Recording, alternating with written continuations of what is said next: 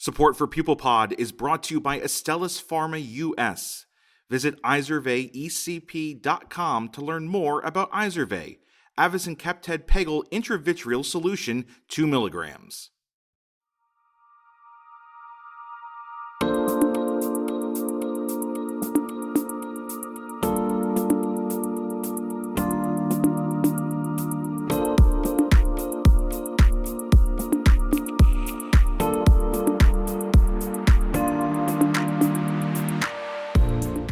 Welcome to the Pupil Pod, where we use clinical cases to guide discussions on board review topics. I'm your host, Ogul Uner, and my guest today is Dr. Jordan Deaner.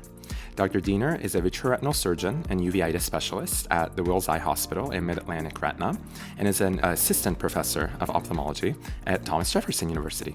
Dr. Deaner, thank you for joining me. Oh, thanks so much for having me. Great. Let's dive directly into our case. We have a 35-year-old healthy woman who presents to the retina clinic with photopsias in both eyes for the past week.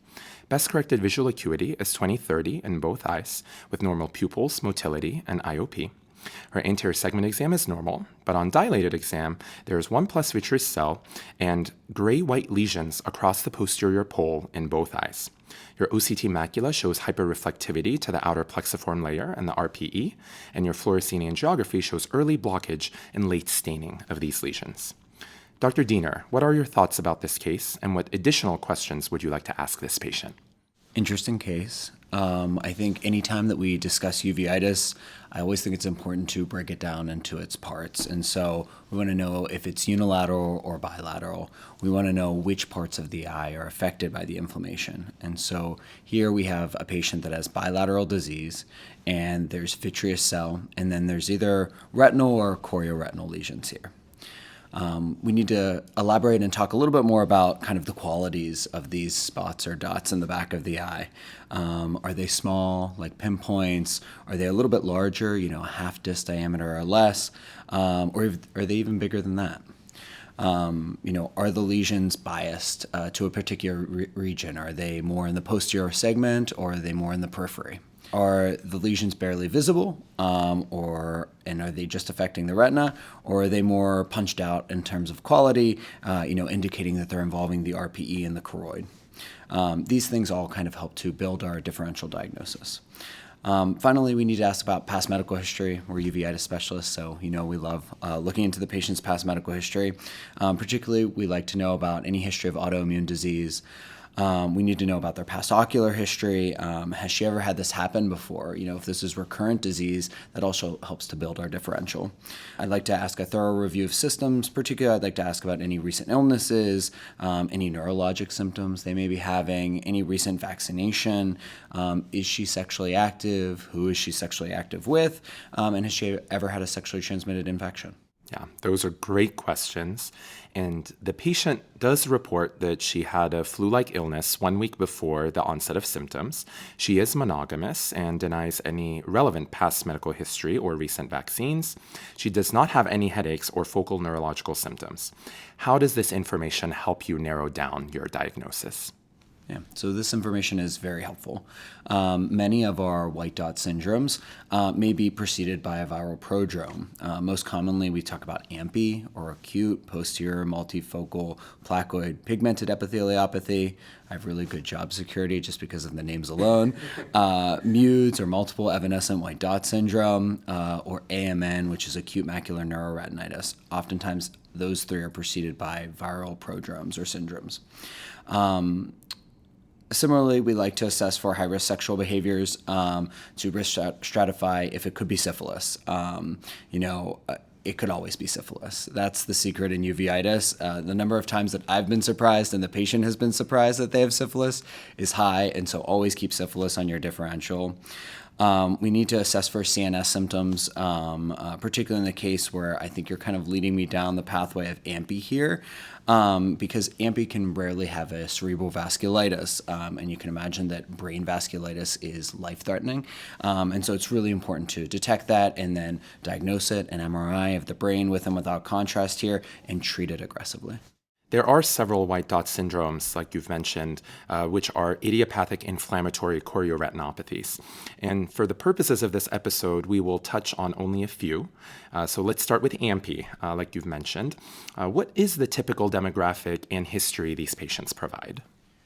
So I'd just like to clarify, we can always talk about typical presentations, but remember this is uveitis. And so uveitis is allowed to break the rules. Anything is possible here. But if we're talking about typical, AMP usually occurs equally both in men and women. It typically occurs in their 20s and 30s, though I've had a few patients in their 40s.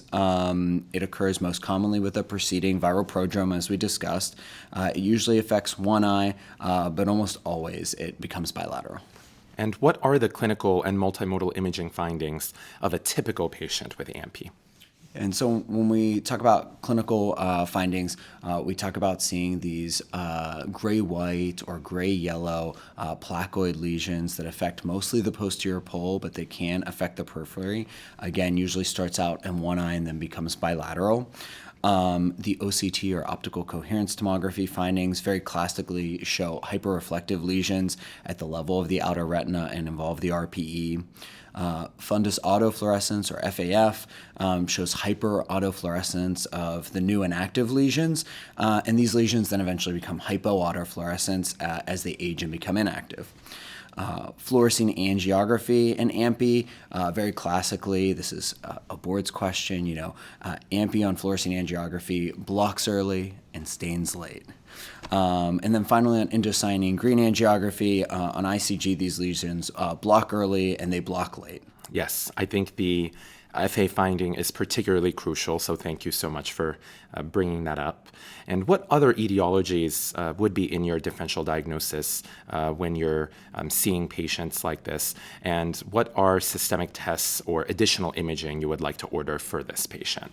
Beyond other white dot syndromes, which we'll touch on here, I think, in a little bit, we always need to be on the lookout for syphilis, which I mentioned, tuberculosis, another infectious disease that can pretty much cause any type of presentation of uveitis in the eye, sarcoidosis, another masquerading disease, and finally, we need to always be thinking about lymphoma, particularly if the patient's over the age of 55.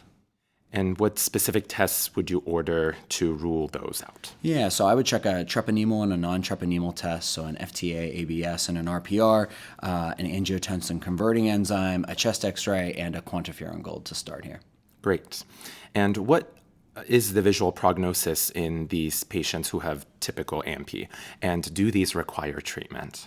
Yeah, so the visual prognosis for these patients is typically good, which is great, particularly if they have a few small lesions, they don't involve the foveal center. AMP tends to spontaneously regress all on its own over a period of 2 to 12 weeks, so usually over a few months, with some reconstitution of that previously damaged outer retina, particularly if you're young. A little less recovery if you're older. But classically, these patients, we're taught they don't require treatment. I would be honest that I always offer my patients treatment. This is some sort of inflammatory, chorioretinopathy. And so I think treating with corticosteroids, I think it both makes me feel better and makes the patient feel better. And I think sometimes that's okay. We do need to think about, do they have any comorbidities that would make oral steroids maybe prohibitive? And we mentioned this briefly, but let's say our patient was reporting headaches and focal neurological symptoms. Let's reiterate what your concern would be in this case, which is another highly tested topic. When we have a case of AMP and they have headaches or neurologic symptoms, we need to be worried about cerebral vasculitis. This is very concerning. We should obtain urgent brain imaging, particularly an MRI of the brain in orbit with and without contrast. And of course, if there are signs of CNS vasculitis, then we would need to admit this patient and start treatment with high-dose IV steroids. And you talked about another entity, multiple evanescent white dot syndrome, or MEWDS, that can be frequently confused with AMP, especially as we start learning about these white dot syndromes.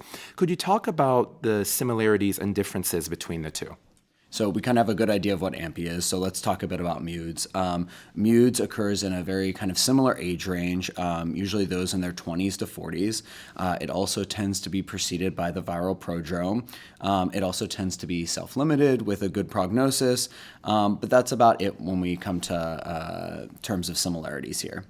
MEWDS occurs more frequently in myopic females, so it has a gender predilection, and for the most part, it's usually unilateral. Very rarely is it bilateral. The individual lesions of MEWDS, they tend to be smaller and less prominent. They're evanescent, barely there. You can barely kind of see them on clinical exam.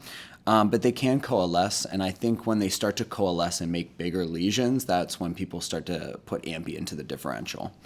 I think the best test to differentiate these two diseases would be optical coherence tomography and fluorescein angiography. And so on optical coherence tomography and MEWDS, we tend to see these focal losses of the ellipsoid zone, but it never involves the RPE.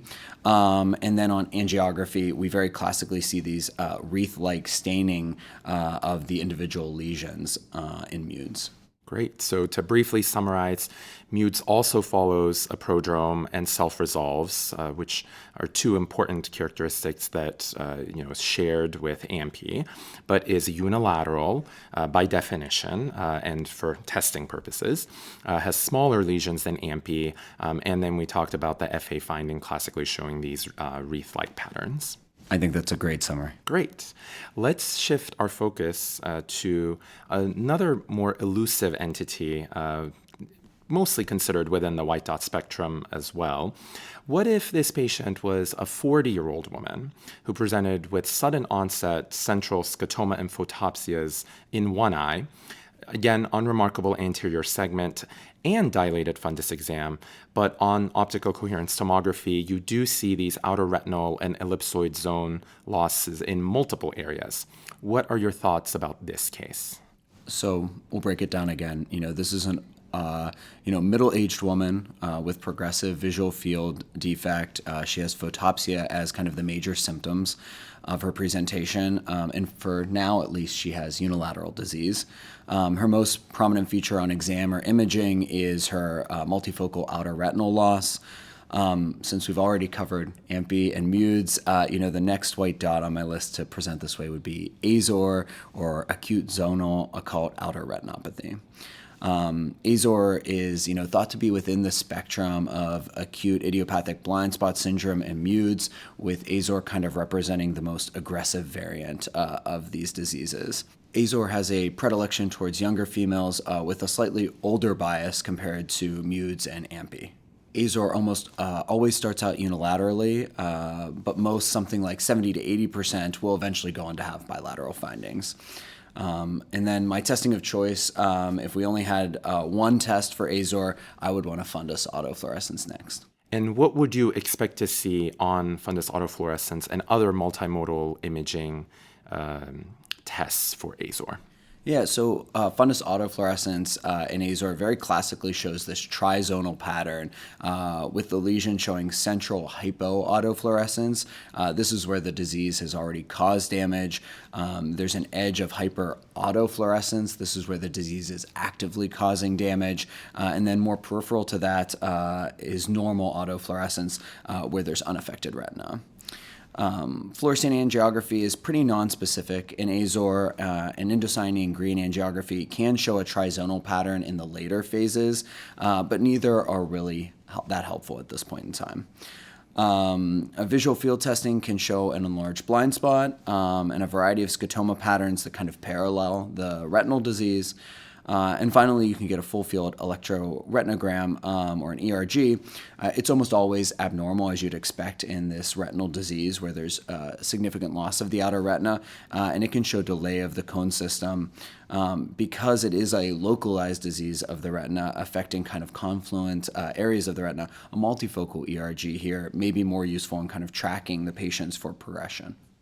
And when you see a patient who you suspect may have Azor, what else is in your differential diagnosis?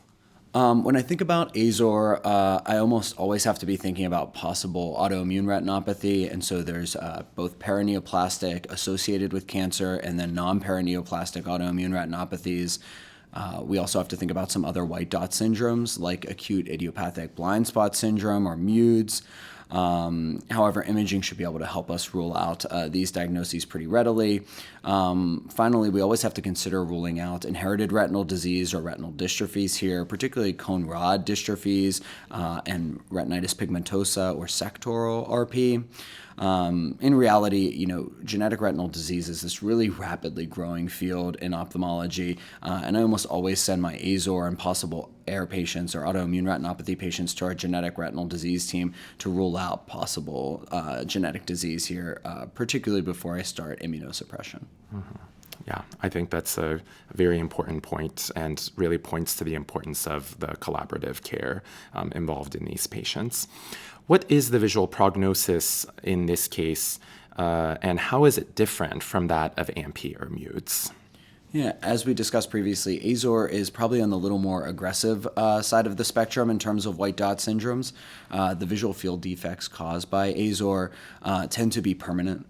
Most eyes with Azor will spontaneously stabilize within 6 months of diagnosis, but I do have a few patients that have progressive disease over time and require long-term immunosuppression. Particularly, you'd consider immunosuppressing someone that has progressive disease that threatens central vision, and we will choose to start, aggressive immunosuppression, usually with oral steroids, but then followed by a long-term steroid-sparing agent.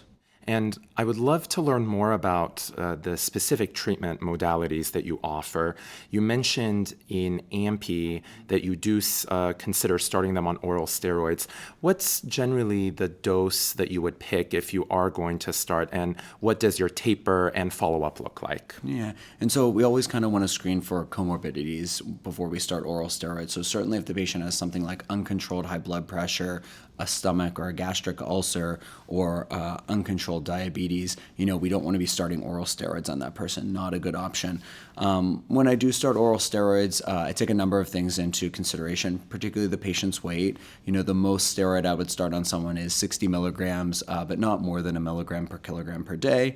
Usually I do that 60 milligrams for about a week, once a day in the morning with food. We don't take it at night because it keeps the patient up all night. We take it with food because it can upset the stomach. And then, you do that for a week. Then you usually go down to 50 or 40, depending on the patient and how severe their disease is. 40 milligrams for a week, 30 milligrams for a week, 20 milligrams for a week. Then once we get below 20, I go a little slower. We're also, seeing the patient in between, but then usually 15 milligrams per week, 10 milligrams per week. Then we do 2.5 steps from there. I'm following these patients really closely. I want to put them on oral steroids. The latest I want to see them after initiating oral steroids is a week. I want to see that they're having a positive response to this.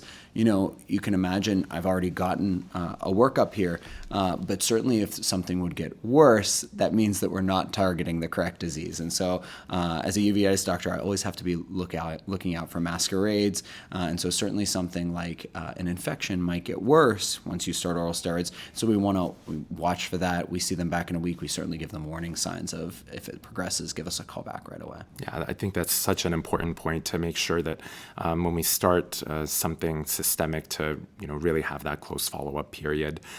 Do you offer a similar treatment to your MEWDS patients? Like, do you have the same discussion that you do with your AMP patients, or do you typically not? No, I have pretty much the exact same discussion with my MEWDS patients. I always discuss with my AMP and my MEWDS patients, hey, listen, there's no consensus in the scientific literature. I try to present to them as a scientist. I say, this is what we think is an autoimmune or inflammatory disease of the eye, that for most people it will go away and that most people have great vision. There is a small group of people with MEWDS and AMP, though, that don't get good vision. And so that's what I worry about, my patients being one of them. And so I say, there's no great consensus, but I can always offer you steroids. If you'd like to try it, I'm happy to give them to you and watch you closely.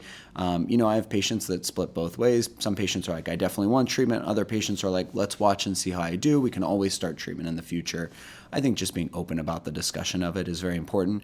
Certainly, though, if it's aggressive disease, so I've had a couple MEWDS that occurred after vaccination, or an AMP that was aggressive, threatening the macula center. Those patients, I'm like, hey, we need to do something. So it's all very patient-driven and patient-specific. Mm-hmm. Yeah, I think the stratification really makes a big impact. And you did mention the chronic immunosuppression for your Azor patients.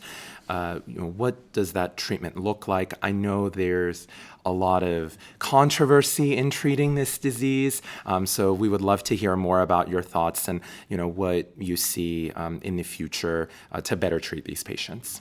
So there is no good consensus on which steroid-sparing agent is good for the long term. So, I would certainly start off with oral steroids, and we start off with oral steroids because they work. They're easy to take on and off. We don't want to keep them on steroids long term because we get all sorts of nasty side effects from systemic steroids. So then when we go to pick a long-term agent, I personally work with rheumatology to pick that agent. We need to check their blood counts. We need to check their kidney and their liver function. We need to have a discussion about their life too. Some agents are better for some people's lifestyle than others. In the ophthalmology world, in general, methotrexate, Cellcept, Humira probably have the largest bodies of evidence for treating uveitis or ocular inflammatory disease. But we have other options beyond that. There are infusible agents like infliximab, Actemra is building a body of evidence as well. And then, we're talking about Azor being, part of this spectrum of possibly autoimmune retinopathy. Rituxan's been shown to be a very effective medication there too. I usually start with one of the more basic medications. We usually start with an antimetabolite and see how the patient does. But of course, if the patient says, hey, I'm a 21-year-old and I'm in college, I'm going to go out every weekend, methotrexate's not going to be the drug of choice for them. Yeah. Then we start thinking about Humira. Humira is a great medication that's very well tolerated. I look to my young adults and say I think that's usually the drug of choice for them. It's injected once every 2 weeks. It's very well tolerated by the kidneys and the liver. The side effect profile is very good. And so we have options. That's the good thing about practicing uveitis in 2025 is I have a multitude of options, and I work with some great rheumatologists who also bounce some ideas off of me as well. Yeah, that's great. And do you ever consider local steroids in these patients, and how do you approach that discussion and thought? MEWDS and AMPI typically not, because these are usually phasic diseases, so they usually come and go. MEWDS very rarely will ever come back, although I have a few patients with recurrent MEWDS.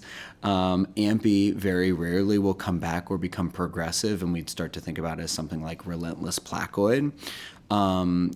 Azor, again, usually becomes inactive at 6 months, but can be progressive.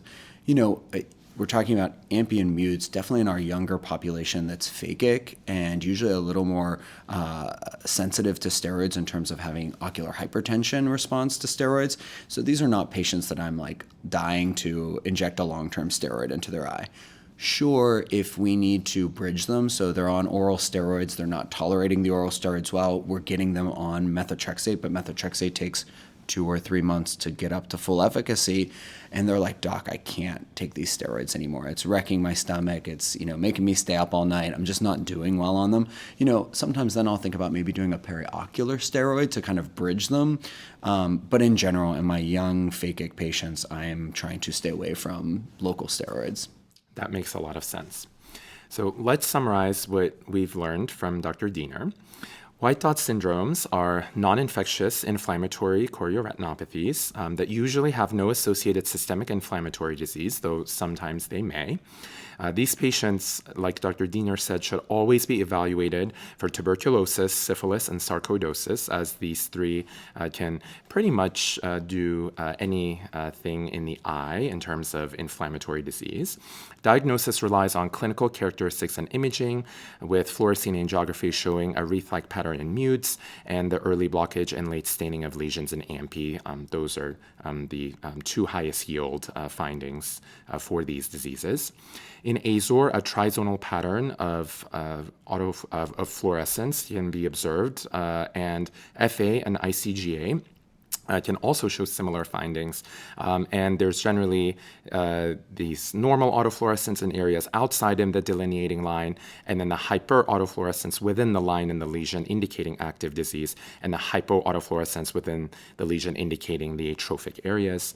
For testing purposes, MEWDS is only unilateral white dot syndrome, and MEWDS, AMP, and AZOR typically have a viral prodrome. Patients with AMP should be asked about new headaches and neurological symptoms and cerebral imaging ordered to rule out cerebral vasculitis. And MEWDS and AMP are generally self-limiting for testing purposes with good visual prognosis.